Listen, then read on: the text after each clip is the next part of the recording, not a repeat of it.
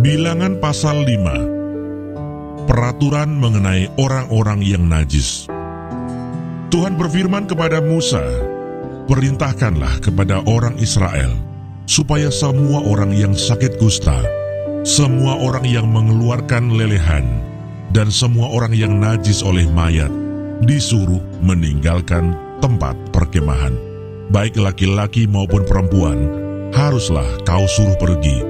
Keluar tempat perkemahan, haruslah mereka kau suruh pergi, supaya mereka jangan menajiskan tempat perkemahan di mana aku diam di tengah-tengah mereka." Maka orang Israel berbuat demikian. Mereka menyuruh orang-orang itu meninggalkan tempat perkemahan seperti yang difirmankan Tuhan kepada Musa. Demikianlah diperbuat orang Israel. Peraturan mengenai penebusan salah.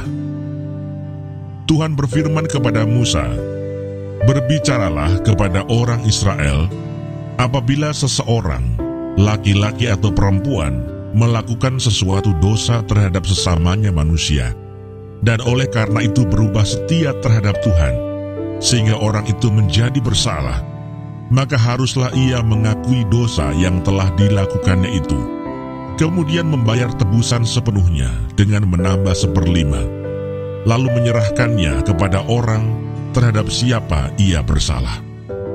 Tetapi apabila orang itu tidak ada kaumnya, kepada siapa dapat dibayar tebusan salah itu, maka tebusan salah yang harus dibayar itu menjadi kepunyaan Tuhan, dan adalah bagian imam, belum terhitung domba jantan pendamaian yang dipakai untuk mengadakan pendamaian bagi orang itu. Dari persembahan-persembahan kudus yang disampaikan orang Israel kepada imam, persembahan khususnya adalah bagian imam. Sedang persembahan-persembahan kudus yang dibawa oleh seseorang adalah bagian orang itu sendiri. Hanya apa yang diserahkannya kepada seorang imam adalah bagian imam itu. Hukum mengenai perkara cemburuan. Tuhan berfirman kepada Musa, "Berbicaralah kepada orang Israel, dan katakanlah kepada mereka, apabila istri seseorang berbuat serong dan tidak setia terhadap suaminya, dan laki-laki lain tidur dan bersetubuh dengan perempuan itu dengan tidak diketahui suaminya, karena tinggal rahasia bahwa perempuan itu mencemarkan dirinya, tidak ada saksi terhadap dia, dia tidak kedapatan. Dan apabila kemudian roh cemburu menguasai suami itu, sehingga ia menjadi cemburu terhadap istrinya, dan perempuan itu memang telah mencemarkan dirinya, atau apabila roh cemburu menguasai suami itu, sehingga ia menjadi cemburu terhadap istrinya, walaupun perempuan itu tidak mencemarkan dirinya, maka haruslah orang itu membawa istrinya kepada imam. Dan orang itu harus membawa persembahan karena perempuan itu sebanyak 1/10 eva tepung jelai, yang ke atasnya tidak dituangkannya minyak, dan yang tidak dibubuhi kemenyan. Karena korban itu ialah korban sajian cemburuan, suatu korban peringatan yang mengingatkan kepada kedurjanaan. Maka haruslah imam menyuruh perempuan itu mendekat dan menghadapkannya kepada Tuhan. Lalu imam harus membawa air kudus dalam suatu tempayan tanah, kemudian harus memungut debu yang ada di lantai kemah suci dan membubuhnya ke dalam air itu. Apabila imam sudah menghadapkan perempuan itu kepada Tuhan, haruslah ia menguraikan rambut perempuan itu, lalu meletakkan korban peringatan, yakni korban sajian cemburuan, ke atas telapak tangan perempuan itu. Sedang di tangan imam haruslah ada air pahit yang mendatangkan kutuk. Maka haruslah imam menyumpah perempuan itu dengan berkata kepadanya, "Jika tidak benar ada laki-laki yang tidur dengan engkau, dan jika tidak engkau berbuat serong kepada kecemaran, padahal engkau di bawah kuasa suamimu, maka luputlah engkau dari air pahit yang mendatangkan kutuk ini.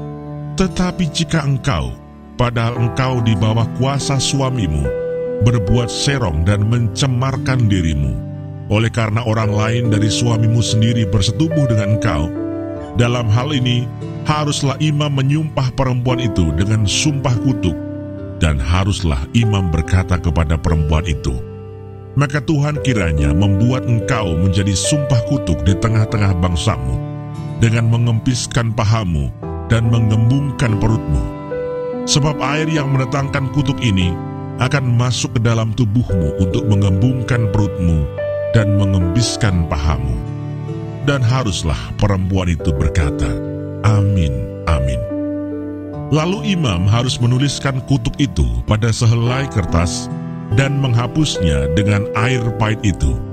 Dan ia harus memberi perempuan itu minum air pahit yang mendatangkan kutuk itu. Dan air itu akan masuk ke dalam badannya dan menyebabkan sakit yang pedih. Maka haruslah imam mengambil korban sajian cemburuan dari tangan perempuan itu, lalu mengunjukkannya ke hadapan Tuhan dan membawanya ke mezbah. Sesudah itu haruslah imam mengambil segenggam dari korban sajian itu sebagai bagian ingat-ingatannya dan membakarnya di atas mezbah.